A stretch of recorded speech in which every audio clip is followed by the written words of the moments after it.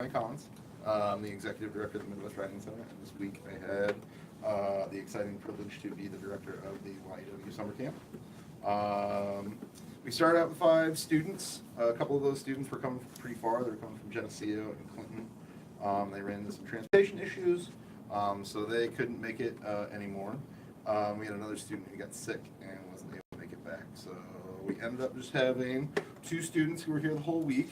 But we had 2 really fantastic students, and they produced chapbooks, very limited edition chapbooks. Skylar has the Writing Center's copy, and then they each have their copies. What's the name of the chapbook again? Remind me? Insulting Coasters. Insulting Coasters, which is a weird name. You're probably like, what is Insulting Coasters? So that was a result of one of the many games that we played this week, one of the many word games we played. How did that game operate, Skylar? So we had a bucket of adjectives and a bucket of nouns, and then you kind of just randomly pulled them together. There we go. And they had a bunch of combinations, but that's the one they liked the best. Yep, and they voted on it. So they picked the title, and they typed up some of the stuff that they wrote throughout the week, and we put that in. I shouldn't say we. You, Skylar, put that in because Skylar's a really fantastic designer. She also designs a lot of the MWC press books that we do. She designs the atlas that the high school interns that we have here every summer produce. And it looks great. It looks super cool. They've been decorating them today, and they put them together, and they're going to read from them here in a little bit, very shortly. So over the week, we did, I think, something like 21 or 22 different writing activities and games. We did a lot of different things with like chance activities and just sort of random operations and collaborative writing. We did a game called Exquisite Corpse where someone writes 2 lines and then they fold the paper over the first line so you can only see the second line. So then the next person adds 2 lines, they fold it over so you can only see the second line, and so on and so on. So you can't really see what the first person did, right? So these get pretty silly and pretty ridiculous pretty fast. And we try to do a lot of that. We try to play with language because language should be fun. It's obviously useful, and it's a major part of how we communicate. And obviously we're in school, we do a lot of reading, we do a lot of writing, and I think this kind of stuff, this kind of play, can actually really inform more academic kinds of writing. I know I think about this kind of stuff, and I use a lot of the stuff that I've learned about poetry when I write grants for the Writing Center, because often in a grant you'll get, say, 3,000 characters, which sounds like a lot, which is not a lot of space to describe like a whole project or a whole 6 months worth of programming that you have to do. And I look at that like a poetic constraint. You have the little tiny space, and you have a whole lot of stuff that you want to say. So how do you fit everything that you want to say in this little tiny space? And that takes practice, and that takes creativity, and that takes imagination. So even though a lot of this kind of looks maybe silly and ridiculous, I think like just being able to play with language and think about language as material, like they did with those, where they're very literally material, where they're taking words, sort of like magnetic poetry. Has anyone ever done that? Fridge magnets? That's kind of like that, except they're like fixed in place. Fun with language and thinking about how words sound and the different they can mean, and playing games and writing with each other. I think a lot of times people talk about writing as this very individual, solitary kind of thing, and it often can be that. But I also know from experience that most of the best writers that I know have some sort of community around them, even if that community is far away and they communicate via email or phone or something like that. Having people around you who care about the same things you do, who are going to push you in language and you can write things with and make fun, crazy, ridiculous stories with and things like that. It helps keep you inspired. And when you see what other people do with their language, it kind of inspires you to maybe try some of that stuff in your own language and vice versa. So we try to do as much collaboration and play as we can, because that stuff, while it seems sometimes on its face maybe fun and silly and ridiculous, and maybe it doesn't have a lot of practical applications, I think the more time we spend with language and we think about how we could use language and what language can do, the better off. They're going to come up, and they're going to do a round robin reading. So one of them is going to come up and read a piece, sit back down, and the next one's going to come up, read a piece, sit back down. So they're going to go back and forth, which is pretty cool. Skylar and I have seen people do this kind of reading format. A lot of times if you go to a reading, if you've never been to like a poetry reading or fiction reading or something like that, if there's more than one author will go, the next author will go, the next author will go, which is fine. That's great. They kind of get their own space.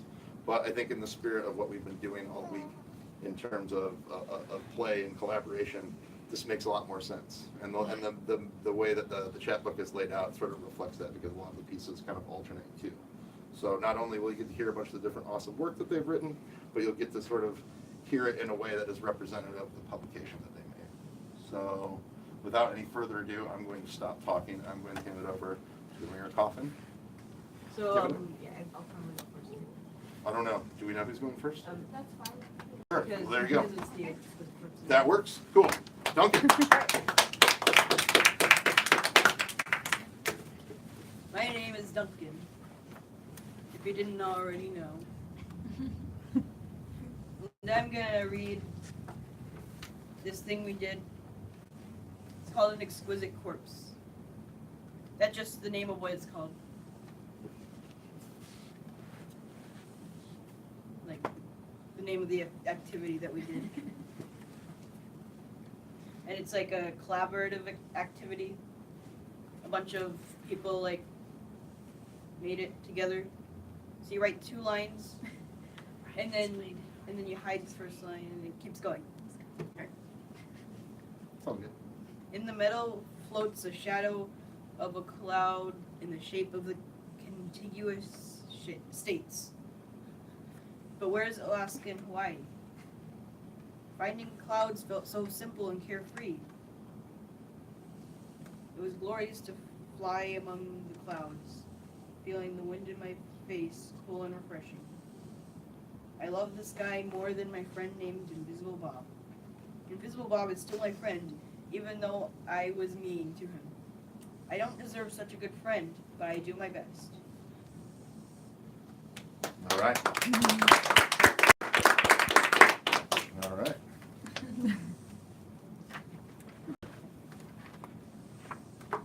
Hi, I'm Amira. I'm going to be reading a piece called The Man with the Long, Long Nose. A man sitting before a tall, tall table smokes a pipe in which his long, long nose has lodged itself and will not budge.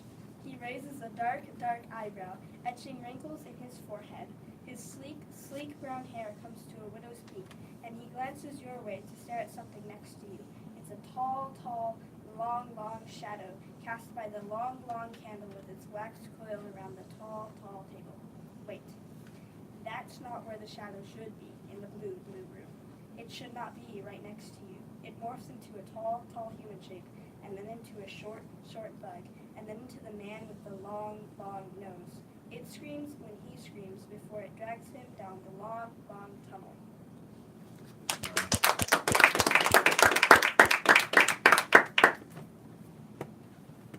Get you're up.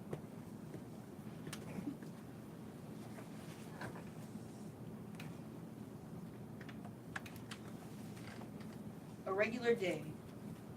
A dog walks over to a chicken and asks him how his day was. Then his mom showed up and made some cookies while living cookie watched in horror and looked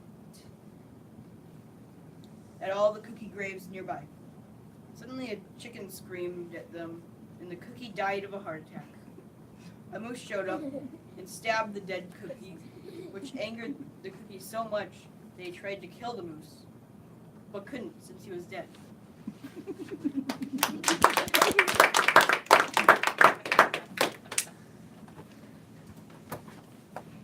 This piece is called Lachicism.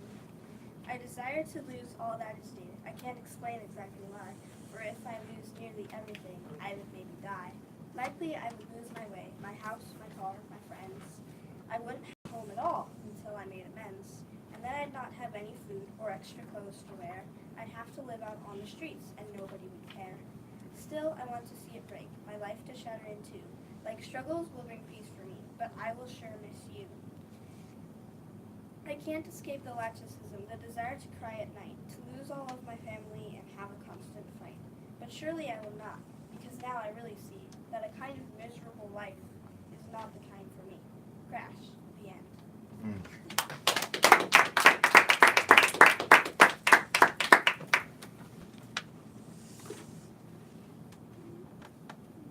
Canopsia. I was out in space on a mission. Then when I was done, I returned to Earth. When I looked around, it felt weird, almost as if something was missing. I went home to find out that no one was there, probably on a vacation or something.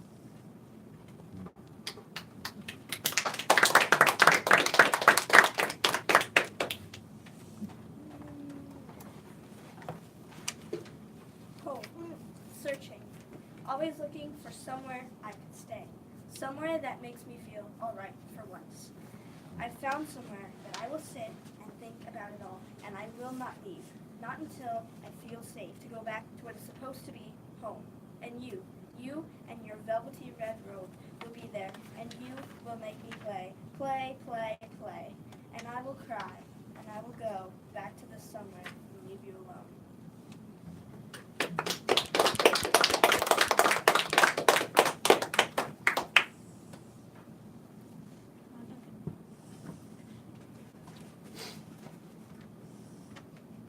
The evil fly. Once upon a time, my mom killed a fly, but it flew back and killed her. Then climbed the house. To remove any suspicion, the fly killed all the neighbors just in case. It wasn't done there. Just in case the police noticed, he killed all the police at the local police station. He thought the FBI must be after him at this point. So he flew over to the FBI buildings and killed them. Suddenly he realized the president can still kill him. So he killed the president. That's how a fly became the president of the United States. What about us? Who's gonna take care of us if you die?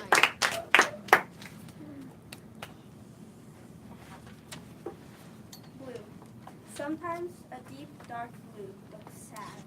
But sometimes blue is calm and peaceful and smells like the ocean. Blue feels soft and cool and envelops you in sheets of bliss. The sadder blue drowns you in its waves. It is heavy and endless, and when the world turns that color blue, all other colors are lost. Blue is a feeling, empty and miserable. Blue is also the color of the ocean, and in the ocean, you either swim with the dolphins among the coral, or you drown among the circling sharks.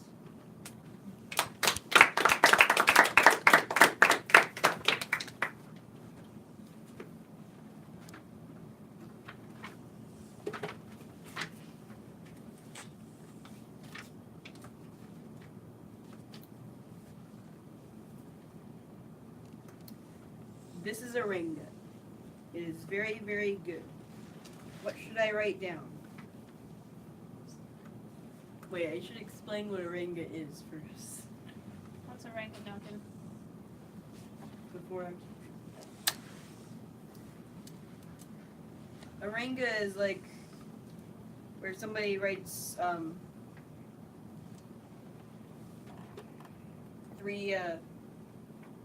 so somebody writes a haiku, and then the next person writes two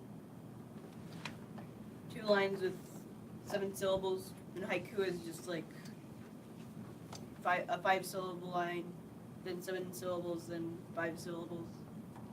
And yeah, it keeps repeating like that over and over again until it's done. Okay. This is a Ringa. It is very, very good. What should I write down? Sometimes I'm scared to write words. I push through like deep mud marsh. When I cannot think, I try to look around me and write about it. Words hanging from invisible branches to be picked like fruit. How I love the apricot, hanging low, ready to be picked. A tiny little thing. This is a good story now that it has been finished good.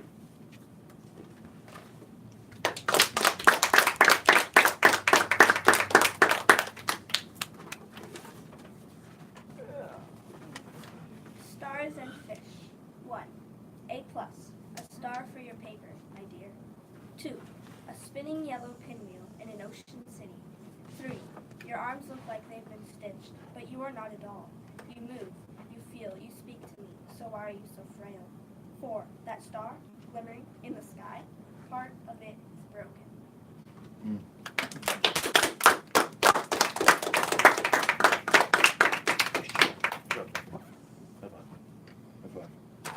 Yeah, that's right. So yeah, give it up one more time for Duncan and Mira. So Duncan gave you an excellent explanation of what a renga is. Well done on that. That was very well played. The two Canoxia, and what was the other one? I'm sorry. Yeah, so one of the first prompts we did was we had this list of 23 emotions that there is not a word for in English. There are words for in other languages. So then they have the definitions of them. So they took those words and then wrote a piece about those emotions. So that's what that was. The star piece that Amira closed with was we did some object writing. So we had these objects and you try to write about them in as many ways as you can, try to reimagine them. And the object we did a bunch of different objects, but the one that she read from was a starfish that I have that has one of the arms that's like kind of broken off, so that's what that is. Really excellent interpretation. I can't remember the prompt for the fly. What was that from? Do you remember? It was just at the end of the day when we were supposed to like write anything. We Oh, wanted. okay. Okay, so that was just kind of like a free write? Yeah. Sure. I'm trying to remember, what were some of the other ones? The Crassus. Oh, the Ekphraso, the long nose and the pipe is So a Rene Rene Magritte painting. So ekphrastic writing is where you write something in response to visual art. Could be a poem, could be a painting, could be a sculpture, could be a film, could be anything like that. So Skylar brought in some well-known surrealist paintings, and we put those up, and they did some responses to those. Am I forgetting anything? I probably am. That's not even like half of what we did, right? And that's a lot, even though it's fun and we try to do a lot of different activities. And we had another visitor who couldn't be here today. Her name is Holly Norton, who's a really terrific poet. She was actually at the Writing Center's poet in residence a couple years ago. She came in and did a writing activity with them on sensory writing.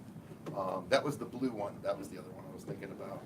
She asked them to write about the color blue, to just like if they were describing the color blue to someone who was sight impaired or could not see, they couldn't see color. How would you describe the color blue without describing what it looks like? So that was that prompt. And, I'm sure I forgot one. So The home one. so I wrote something about blue, but it didn't get included in this book, and do you want to tell us what it was? And I didn't read it either. But you can tell us real quick. Yeah, and it was called Blue. How did it go? Blue is blue. There you go. There you go. Little bonus material. That's the secret track of the album. And the home piece, the home piece. So we read a poem called There Are Birds Here by a really amazing poet named Jamal May. And he wrote this poem for Detroit, which is where he lives in his hometown. And actually the city of Detroit, I've not been there, but somewhere in the city of Detroit there is like a bronze plaque which has this poem. Like this poem has sort of been adopted by the city of Detroit. I don't want to say it is the poem of the city, but it is definitely a poem that the city government and people who live there have sort of adopted as one that is important to them. So we read the poem, we talked about the poem. There's actually a short film of the poem. It's this company called Motion Poems. They take poems by well-known American poets and they pair them with filmmakers and they make short films out of the poems, which is really cool. We actually showed, they do seasons every year, and we just showed the whole new season as part of our writers' conference. We did that at the Figgy at the end of June. And we're probably going to do it again. I think we're going to be a regular stop on their tour. They're based out of Minneapolis. So we watched the short film, and then I asked them to think about what home means to them, whether that's a place, whether that's an idea, whether that's people. Because home means a lot of different things to a lot of different people, and so that's what that was. And I'm still probably leaving things off, because we did so many games and everything else, so, which is fun, and we try to keep it moving, we try to do a lot of different things, and move around, get outside, do breathing exercises, and kind of, we had a little pizza party today, that was fun. But to do all that writing, it takes a lot. It takes a lot of concentration, it takes a lot of imagination, it takes a lot of energy. People think you're just sitting at a table writing, but I will be the first to tell you, as someone who's been doing it my whole life, writing is very much a physical activity. And if you don't think that it is, you're probably not doing it right. And they definitely were very physical about it, and they wrote a lot of amazing material. And this is only tip of the iceberg. So I hope you all continue to write. I hope you come back when we do other youth programs and things like that, because we have workshops. In a couple of years, when you get older, and we have the internship program, which pays people to write, and they produce a magazine. They get compensation, getting paid, yes, and they produce a magazine that looks like this. This is actually the proof copy of this year's issue of the Atlas, and this is going to be coming out in a two-part launch party on Wednesday, August 15th at 5 o'clock. We'll be upstairs in the second floor in the community room, and we'll do kind of acknowledgement and award ceremony, and we'll do a brief reading. And then we're going to mosey on down to Rostock's, and then they're going to read all different stuff from the magazine. So this magazine is all produced by the high school interns. We have 7 weeks. In 6 weeks, they go from meet and greet to a whole magazine. They wrote everything in this in 6 weeks. They arranged it. They picked the pieces that went in. They picked the order. They had input. Skylar made a bunch of different cover designs, and they picked them. So that's just some of the kind of cool stuff that we try to do. I hope you will come back and do things again. We were already talking about next year's camp, and it would be awesome to have you back. And I hope we'll see you I'd like throughout to the come year. back. For sure, we would love to have you come back. This is a lot of fun. And then we got to keep. We got. Have it be longer. 1 week doesn't seem like nearly enough time. 1 week is, yes, 1 week doesn't seem like a long time, but to do that many writing activities, like that's more writing activities, I think, than a lot of like graduate writing workshops. do. So, and it's a little different, obviously, in what we read and how we talk about it and everything like that. But just trying to write that many different things and doing so many different kinds of writing that I'm sure you probably wouldn't. Haikus and things like that, we knew about that, right? We've done that kind of stuff in school, but a lot of this stuff is not the kind of writing they would do in school, or maybe that they have time to do in school. It's kind of combining sort of English and language arts and art all at once in a way, which a lot of schools just maybe don't have the resources or time available to do. So yes, it's 1 week, and we would like to do more, and that's kind of why we're working on trying to do more like workshops and like little events throughout the school year. We know everybody's busy and has a bunch of activities. I know we have a musician in our midst. We've heard about some of the recitals and things, so we know everybody's busy, but we hope that you all come back. We hope that you take something away from us and that you had fun, most of all. And you both keep writing, because I think you're both really terrific writers. Yeah, please. I don't really like the writing activities at school, but I liked all the writing activities here. Cool. Hey, thanks a lot, man. That means a lot. And hey, you know what? Maybe now that you've had this experience, maybe some of those writing activities at school, maybe you can look at them a little bit differently. Because that's how I would think about it. Anytime I would get like assignments or writing activities, I would try to like do something with them that was creative, like keep me interested, but that also helped me like get good grades on my homework. And it worked. I've got a graduate degree, so somehow, somewhere along the way, it must have worked out at least a little bit. Now, granted, I have a graduate degree in creative writing, so maybe that's maybe that makes a lot of sense. But I also do a lot of other kinds of writing, like I said, here at the Writing Center. So yeah, it's been a super fun week. Thank you both for making it so fun. High fives, yeah. I need another round of high fives. I'm big on high fives. I want to take your high five from a man that says